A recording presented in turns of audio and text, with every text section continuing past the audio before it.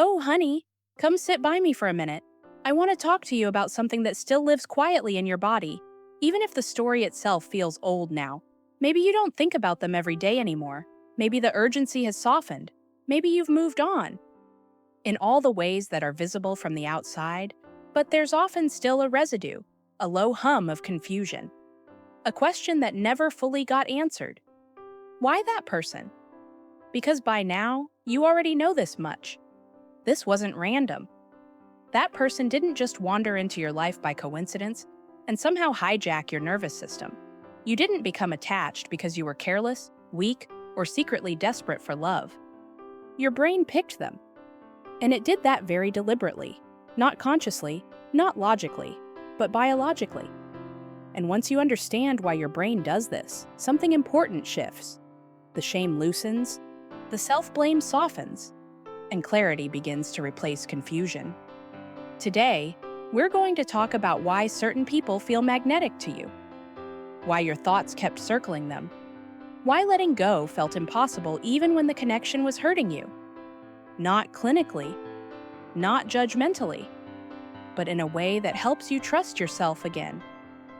Your brain is not looking for love. It's looking for familiarity. Here's something most people are never taught. Your brain's primary goal is not happiness. It's not fulfillment. It's not even love. Your brain's job is survival, and survival depends on predictability. So your nervous system is constantly scanning for patterns it recognizes, not because those patterns are healthy, but because they're known. Known feels safer than unknown, even when known hurts. This is why people can grow up in chaotic homes and still feel strangely restless in calm relationships later. Why peace can feel boring. Why steadiness can feel emotionally empty. Your nervous system learned early what connection felt like, and it remembers. So when someone enters your life and their emotional presence matches an old internal climate, your system lights up. That feeling of, I don't know why, but something about them feels important is often not intuition. It's recognition. It's your nervous system recognizing a familiar relational shape, a tone of voice, a rhythm of closeness and distance, an emotional temperature you've lived inside before. This recognition doesn't happen in thought. It happens in the body, in the chest, in the stomach, in the way your attention narrows around them without effort. Familiar does not mean safe. This is where things get confusing, because familiarity feels meaningful. It feels like chemistry, like fate, like something important is unfolding. But familiarity is not a signal of compatibility. It's not evidence of safety. It's simply your nervous system saying, I know this environment. If love once came with unpredictability, emotional distance, or inconsistency, your system learned that those sensations meant connection. So later, when someone recreates that same emotional landscape, your body responds before your mind ever has a chance. You don't choose the attraction. You discover it's already there. Why emotional unavailability feels electrifying. If limerence is part of your story, you've probably noticed a pattern. Your strongest attachments often form around people who are emotionally inconsistent, hard to read, warm one moment and distant the next, present but never fully reachable. This is not a coincidence. Intermittent availability is neurologically activating. Your brain releases dopamine when uncertainty resolves, even briefly. Not when something is steady, but when something shifts from unclear to clear. So when that person finally texts back, or opens up just enough, or offers a moment of closeness after distance, your nervous system surges. Relief, hope, validation. And over time, your system doesn't bond to the person, it bonds to the relief. This is why crumbs feel intoxicating, or why tiny gestures feel enormous, or why one look or message can undo weeks of resolve. Dopamine is not love, it's pursuit. This part matters. Dopamine is not the chemical of pleasure. It's the chemical of pursuit. It spikes when something feels just out of reach, when the outcome is uncertain, when the reward is delayed. That's why limerence thrives on maybes, mixed signals, almosts. Your brain becomes focused, oriented, alive. Not because you've found safety, but because your system is mobilized. This is why letting go can feel like withdrawal. Because neurologically, it is. You're not just missing a person, you're losing a pattern your nervous system depended on to feel activated. Why consistency can feel flat or wrong. Here's something people rarely admit. For many people prone to limerence, consistency doesn't feel romantic. It feels unfamiliar. A consistently available person doesn't activate your scanning system. You don't have to read between the lines. You don't have to track tone or timing. You don't have to brace for emotional withdrawal. And without that vigilance, your body can feel strangely unoccupied. You may think, they're kind. They show up.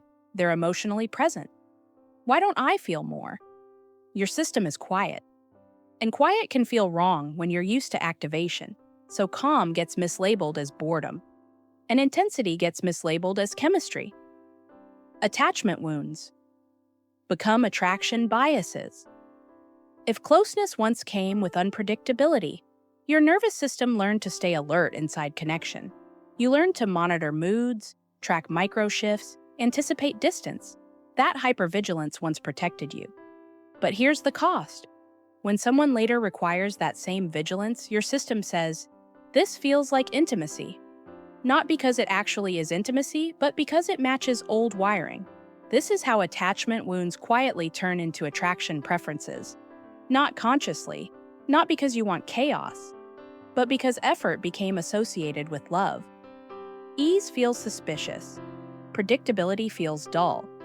Intensity feels meaningful. How limerence hijacks memory. Limerence doesn't just affect attraction.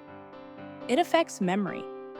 Highly emotional, uncertain experiences get encoded more strongly in the brain. They replay. They stand out. Moments with that person feel vivid, charged, important. Meanwhile, stable interactions fade quickly. This is why limerent connections feel unforgettable. Not because they were deeper, but because your nervous system tagged them as significant. Your brain remembers what it thinks will help you survive. Fantasy bonding versus real bonding. Limerence often forms without real intimacy. You're not bonding through mutual vulnerability, repair, or consistency. You're bonding through imagination, through hoping, through projecting, through filling in the blanks. This is fantasy bonding. It feels intimate, but it doesn't require mutual presence. And real closeness often threatens it, because real information collapses fantasy. Why limerence can feel like identity. For some people, limerence doesn't just regulate emotion. It regulates identity. When you're focused on them, you feel oriented, motivated, alive. Longing gives structure to your inner world. So, letting go isn't just losing a person, it's losing a version of yourself. That's why the grief can feel existential. Not dramatic, but disorganizing.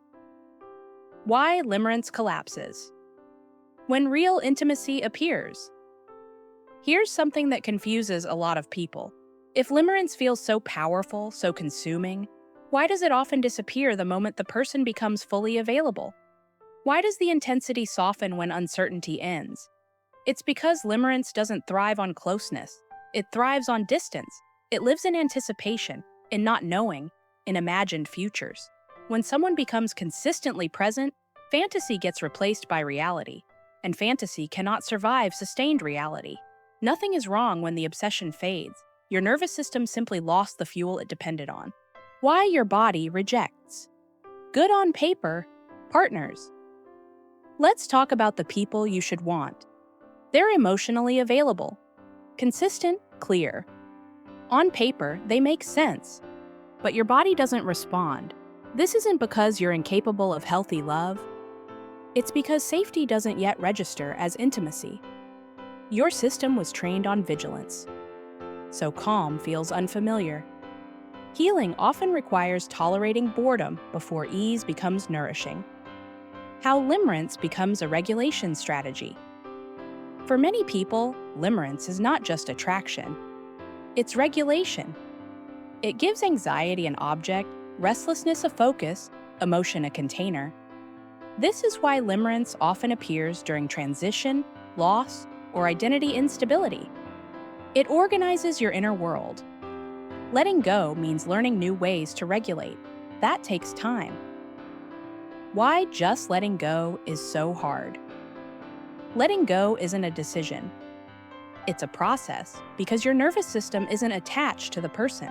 It's attached to the pattern, hope, anticipation, emotional highs and lows. Releasing that pattern requires patience, not willpower. What healing actually looks like. Healing doesn't mean attraction disappears. It means attraction stops hijacking you. You notice the pull without abandoning yourself. Over time, calm stops feeling empty and it starts feeling grounding. Why it feels personal. This is the part that hurts the most. Limerence feels personal. You think, if I were better, calmer, more secure, this would work. But your brain didn't pick them because of who you are or who they are. It picked them because of what they activate. Your worth is not on trial. Your nervous system is a grounding reality, check. The intensity was real, but intensity is not compatibility. Your brain can create fireworks around people who could never meet you in real life. That doesn't make you foolish. It makes you human. A gentle shift forward.